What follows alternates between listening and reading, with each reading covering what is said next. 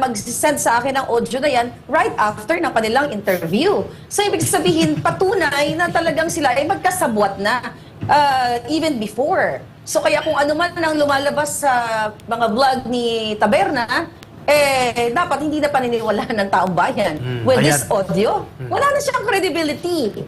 Kasi ang drama niya, right after ng interview, nagpa-thank you kay Liza, sinight niya lahat ng mga process daw doon sa secretary, na dumaan siya kay kung sino pa man yun. Then later, the next day, eto na yung audio na mayroon na pala silang communication even before at magkasabwat sila sa pag-target kay Attorney Vic at nag-I love you pa sila. So, sabi ko nga kahit elementary, hindi pa ba malinaw sa inyo, bayan, men and women in uniform, mga palanggam, mga kababayan, hindi pa ba malinaw na meron tayong gobyerno at merong First Lady na nagpapatakbo sa inyo at patuloy na nagpapahirap sa bayan? So, yes, we have to speak up now. Hindi na dapat natin patagalin ito.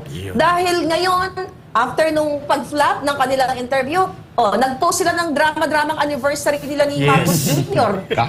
na kumakain-kain ng ano sila, teenager? Hindi po yan ang pinagkakabalahan ng matinong kung leader, well, he's not a leader at all, kung matinong presidente na mag-post-post ng picture. Ano yan sila, love team of the year? Nakikipag-contest dito sa mga celebrities. Hindi dapat, wala namang gumagawa ng ganyang mga leaders. Sa ibang bansa, meron man mga dinner, pero formal, hindi yung magpapakyut na parang akala mo, kariregla lang ni Liz. Sorry. Go ahead.